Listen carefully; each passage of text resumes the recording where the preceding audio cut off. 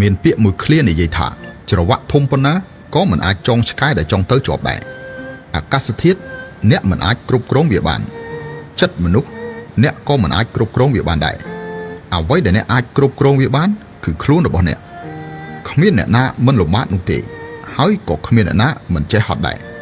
មនុស្សគ្រប់គ្នាចាប់តាំងពីមកដល់ពិភពលោកនេះមកសុទ្ធតែជិះទូកបញ្ច្រាស់ទឹក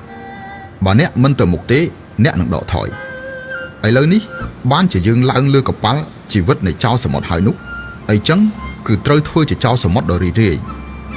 អ្វីដែលអាចបញ្ចេញពន្លឺបញ្ចេញកម្ដៅមិនមែនត្រឹមតែជាព្រះអាទិត្យនោះទេគឺនៅមានអ្នកម្នាក់ទៀត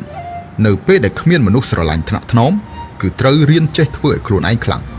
នៅពេលដែលគ្មានមនុស្សលើកអ្នកឡើងត្រូវចេះងើបឈរខ្លួនឯងនៅពេលដែលគ្មានមនុស្សលួងលោមគឺត្រូវរៀនចេះថ្នាក់ថ្នមខ្លួនឯងឲ្យសប្បាយចិត្តពេលវេលាយូរទៅអ្នកនឹងរកឃើញថាខ្លួនឯងគឺជាព្រះអាទិត្យក្រោយពេលដែលខ្លួនឯងคล้ายទៅជាព្រះអាទិត្យហើយនោះអ្នកនឹងរកឃើញទៀតថាទឹកមុខញញឹមកាន់តែច្រើនទៅគឺនៅជុំវិញខ្លួនអ្នកឲ្យតែមេឃមិនបាក់ចុះមករឿងរ៉ាវគ្រប់យ៉ាងគឺមិនមែនជាបញ្ហាឡើយអ្វីដែលអាចធ្វើឲ្យមនុស្សមានអារម្មណ៍ថាមេឃបាក់ចុះមកបានមានតែរឿងពីរគត់ទី1គឺអស់លុយទី2គឺមនុស្សអស់ចិត្តនៅលើពិភពលោកយើងនេះរបស់អ្វីក៏ដោយសុទ្ធតែមិនមែនជារបស់អ្នកអ្វីដែលជារបស់អ្នកពិតប្រាកដនោះគឺដំណើរជីវិតវែងឆ្ងាយមួយរយៈពេលតែប៉ុណ្ណោះទោះបីជាអ្នកយកបានរបស់អ្វីក៏ដោយដល់ទីបញ្ចប់សុទ្ធតែត្រូវសងឲ្យពិភពលោកនេះវិញអ្នកណាក៏មិនអាចយកទៅតាមបានដែរមានពាក្យមួយឃ្លានិយាយថាច្រវាក់ធំប៉ុណ្ណាក៏មិនអាចចងឆ្កែដែលចង់ទៅជាប់ដែរអាកាសធាតុអ្នកមិនអាចគ្រប់គ្រងវាបានចិត្តមនុស្សអ្នកក៏មិនអាចគ្រប់គ្រងវាបានដែរអ្វីដែលអ្នកអាចគ្រប់គ្រងវាបានគឺខ្លួនរបស់អ្នកគ្មានអ្នកណាមិនលំបាកនោះទេហើយក៏គ្មានអ្នកណាមិនចេះហត់ដែរមនុស្សគ្រប់គ្នាចាប់តាំងពីមកដល់ពិភពលោកនេះមកសុទ្ធតែជិះទូកបញ្ច្រាស់ទឹកបើអ្នកមិនទៅមុខទេអ្នកនឹងដកថយឥឡូវនេះបានជាយើងឡើងលើកប៉ាល់ជីវិតនៃចៅសមុទ្រហើយនោះអីចឹងគឺត្រូវធ្វើជាចៅសមុទ្រដ៏រីករាយអ្វីដែលអាចបញ្ចេញពន្លឺបញ្ចេញកម្ដៅមិនមែនត្រឹមតែជាព្រះអាទិត្យនោះទេ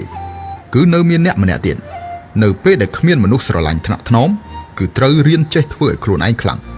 នៅពេលដែលគ្មានមនុស្សលើកអ្នកឡើងត្រូវចេះងើបឈរខ្លួនឯងនៅពេលដែលគ្មានមនុស្សលួងលោមគឺត្រូវរៀនចេះថ្នាក់ថ្នមខ្លួនឯងឲ្យសប្បាយចិត្តពេលវេលាយូរទៅអ្នកនឹងរកឃើញថាខ្លួនឯងគឺជាព្រះអាទិត្យក្រោយពេលដែលខ្លួនឯងคล้ายទៅជាព្រះអាទិត្យហើយនោះអ្នកនឹងរកឃើញទៀតថាទឹកមុខញញឹមកាន់តែច្រើនទៅគឺនៅជុំវិញខ្លួនអ្នកឲ្យតែមេឃមិនបាក់ចុះមករឿងរ៉ាវគ្រប់យ៉ាងគឺមិនមែនជាបញ្ហាឡើយអ្វីដែលអាចធ្វើឲ្យមនុស្សមានអារម្មណ៍ថាមេឃបាក់ចុះមកបានមានតែរឿងពីរគត់ទី1គឺអស់លុយ